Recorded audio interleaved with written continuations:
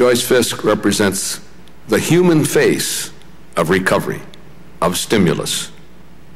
So we're going to begin with Ms. Fisk's story. My name is Joyce Fisk. I am 35 years old. I am the mother of a 12-year-old boy named Austin. I'm married to Jean Fisk, a volunteer firefighter and first responder in our community. We both work for Knife River Corporation in Minnesota. I drive a belly dump, and Jean drives a dump truck.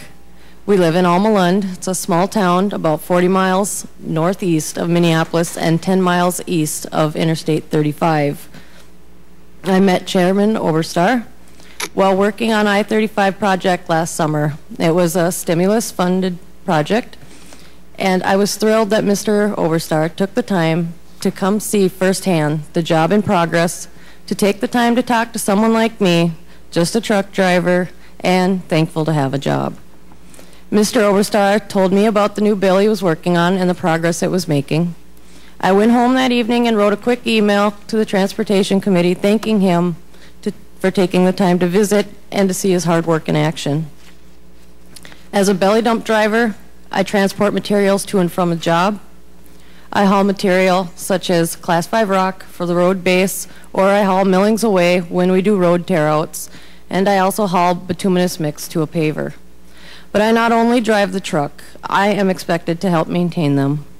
I grease moving parts, I check the oil daily, I crawl in the engine compartment, check for cracks in my frame, and I even make small repairs on the road if I need to. I put 500 miles or more on a day.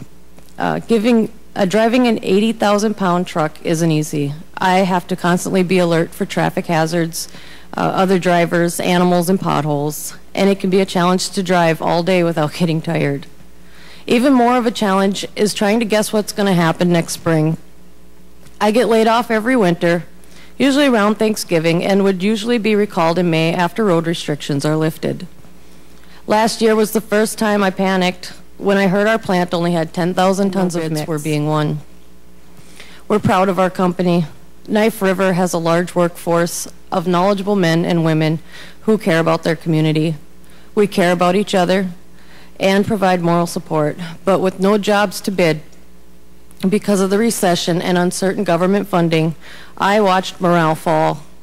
It was difficult to stay optimistic, and we started to argue about who's going to get the hours, and it made work stressful. My husband and I started to wonder, what were we going to do if something didn't come in soon? Are we qualified to get another job to sustain the household? What about health care? We bank up to 600 hours during the summer that allow us to qualify for health care during the layoff season. But if the hours run out, we have to pay for the COBRA. And to continue coverage, it's almost unaffordable in unemployment and to make a mortgage payment too. What could we afford to give up? Austin might have to give up his saxophone. I once had an electric guitar, and my mom made me sell it because we needed the money. We decided to sell the pickup we were making payments on, so now the newest vehicle we own is an 8-year-old Pontiac with 163,000 miles on it. We were preparing for a long summer of no work. The previous year, 2008, was hard on our industry.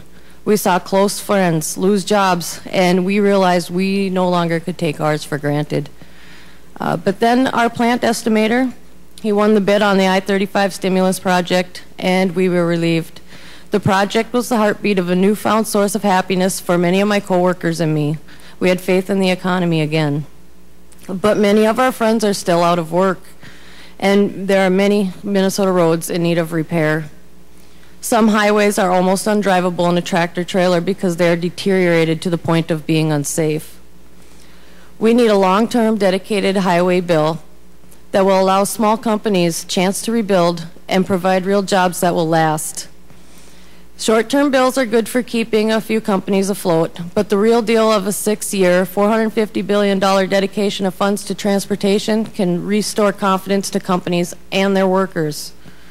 A new funding bill can ease the congestion in big cities and heavily traveled highways.